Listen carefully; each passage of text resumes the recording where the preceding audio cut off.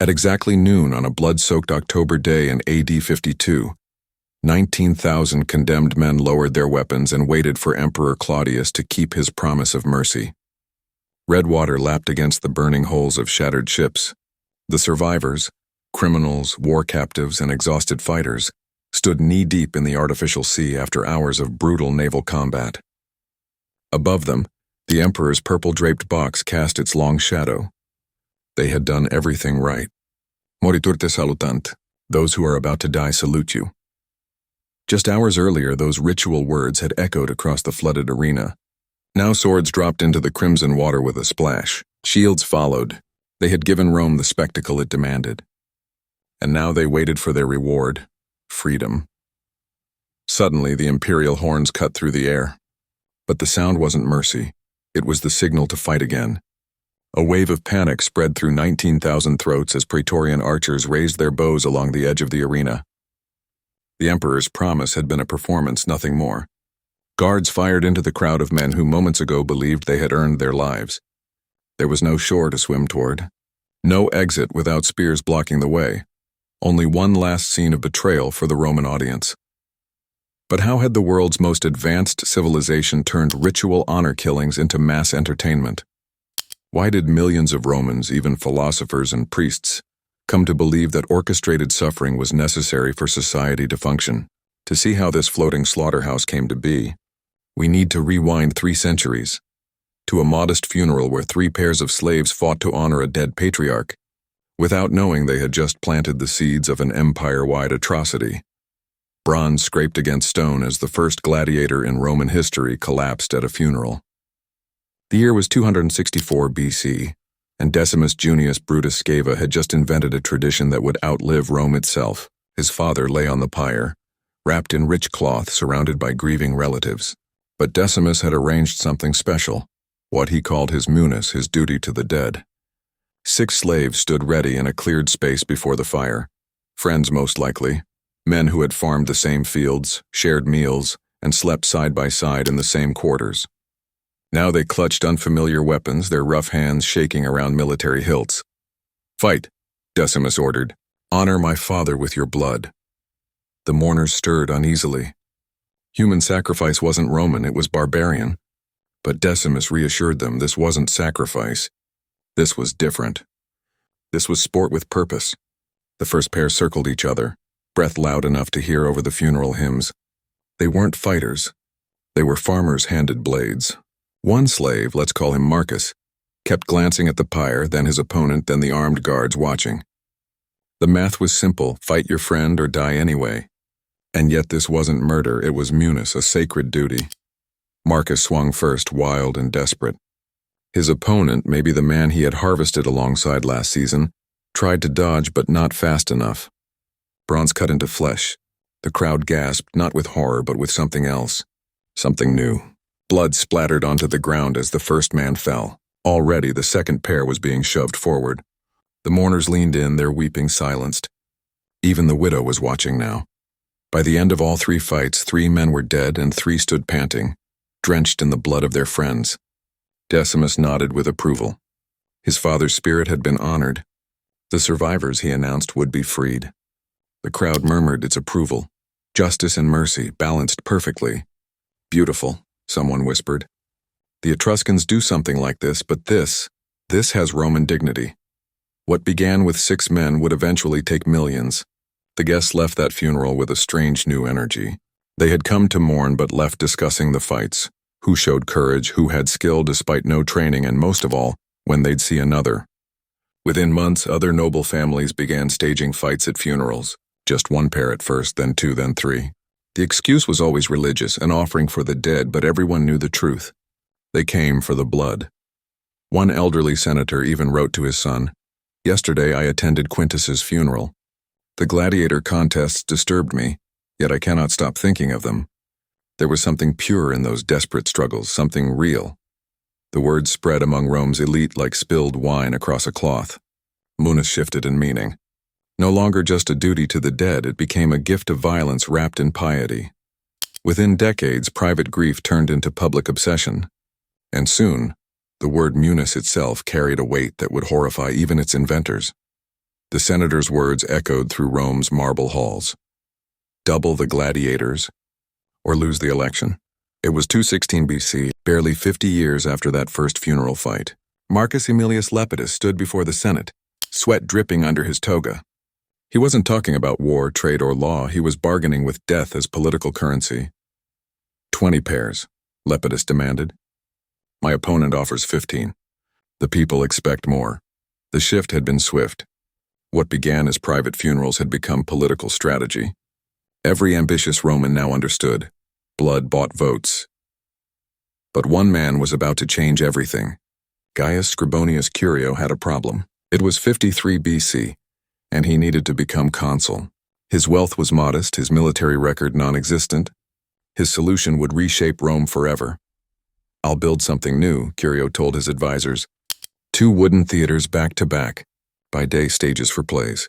But watch, he spread his arms wide, they rotate. The theaters pivot and lock into one massive oval. An amphitheater for gladiators. His architect paled. The engineering alone will ruin you. I know, Curio grinned. But picture it, 5,000 Romans watching 50 pairs of gladiators. Not at a funeral, just because. When Curio announced his games, the Senate erupted. Madness, shouted old Cato. Fighting without religious purpose is sacrilege. But Senator Publius stood slowly.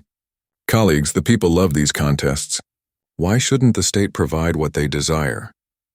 Think of it as public welfare. The vote was unanimous. Democracy had just voted for mass murder. Within a decade, every political career was tied to blood. Aedles, praetors, consuls. Each office carried an expected death toll. Julius Caesar, still young and chasing power, borrowed ruinous sums to stage games with 320 pairs of gladiators. His rivals whispered that he was bankrupting himself. The crowd whispered something else. Did you hear? Caesar's gladiators will wear silver armor. Pure silver. The math of ambition grew grotesque. One historian later estimated that reaching the consulship now required roughly 100 deaths. The Senate never debated morality. They talked logistics instead. Where to house gladiators, how to source prisoners, what quality of weapons to order. Marcus Tullius Cicero, the great orator and philosopher, wrote to a friend, Yesterday I attended young Pompey's games. 3 hours, 60 deaths. The crowd was enraptured. I fear what we are becoming, his friend replied. But you attended, didn't you? Rome had discovered something darker than bread and circuses. Shared bloodshed created shared identity. 50,000 Romans screaming together at the fall of a gladiator became a single organism. One will, easy to steer, easy to rule. Soon, careers would be measured not in speeches or laws, but in body counts. The lion hadn't eaten in 8 days, exactly as the beastmasters planned. Deep under the arenas, a new profession thrived, the bestiarii. Not fighters, but keepers. Men who knew that predators weren't naturally cruel enough for Roman appetites. They needed adjustment. Titus Flavius spent 20 years in the cages and kept careful notes. Lions required 7 days of starvation for predictable aggression. Bears only needed 4. They were naturally angrier. Leopards were trickier. Sometimes they toyed with prey too long and bored the crowd. The science was exact. Too hungry and the animals grew weak. Not hungry enough and they ignored the condemned. In AD 62, a well-fed lion curled up beside a Christian prisoner and fell asleep. The crowd rioted. The beastmaster was fed to his own animals the next day. But prisoners learned quickly. Word spread through Rome's dungeons faster than plague. Those sentenced to the damnatio ad bestias developed their own counter-strategies. Some starved themselves, hoping weakness made them unappealing. Others exercised, believing strength gave them a chance to fight back. Marcus the thief had survived 3 years in the dungeons. He taught newcomers. They spray you with blood first, animal blood, to make you smell like food. But if you roll in your own filth instead, it helps. A boy once asked if that really worked. Marcus showed his scars. I'm still here. The beastmasters adapted. They began mixing oils with the blood spray, testing scents on slaves. They kept charts of which aromas riled which animals. Sadism dressed up as science. One keeper's journal survived. Tried lamb's blood with honey on subject 12. The bear reacted instantly. Recommend future use. Then came the suicide in cell block 3. A guard found a Gaul warrior hanging from a tunic rope. That wasn't unusual. What shocked them was the note scratched into the wall, "I die Roman free." Suicide became epidemic among the condemned. Officials saw it as theft, stealing the crowd's entertainment. New rules followed: constant watches, forced feeding, hands bound except at meals. The irony wasn't lost on observers. Rome worked harder to keep condemned men alive for slaughter than it did to feed its citizens. Guard named Quintus wrote to his wife, "Today I stopped a man from hanging himself. Tomorrow I'll watch him thrown to the bears. I don't sleep well anymore." The darkest innovation came from a suggestion box. Yes, they had those. One citizen proposed, "Use criminals' families as leverage. Promise their children safety if they perform well." The idea was adopted within a week. A philosopher watching later wrote words that showed just how far Rome had fallen. 10,000 slaves were ordered to dig what they thought was a reservoir. In truth, they were digging their own arena. Julius Caesar stood on the edge of the pit, purple cloak snapping in the wind. The basin stretched wider than the Forum, deeper than 3 stories. Engineers bustled with measurements. This Caesar thought would be his masterpiece, not of war but of entertainment. "How many ships?" he asked. 40, Imperator, 20 per side. And men? 4,000 prisoners, 2,000 for each fleet." Caesar smiled. Rome had seen gladiators. It had seen beast hunts. But it had never seen this, an actual naval war in the heart of the city. History itself staged as deadly theater. The prisoners didn't know. They hauled dirt day after day, told only that Caesar was improving Rome's water supply. Some even joked. "Finally, something useful from these hands," laughed old Brennus, a captured Gaul. But Caesar had something else in mind. "We'll recreate Salamis," he told his advisors. Greeks versus Persians. The crowd knows the story. Now they'll see it. "Which prisoners play which side?" someone asked. "Does it matter?" Caesar shrugged.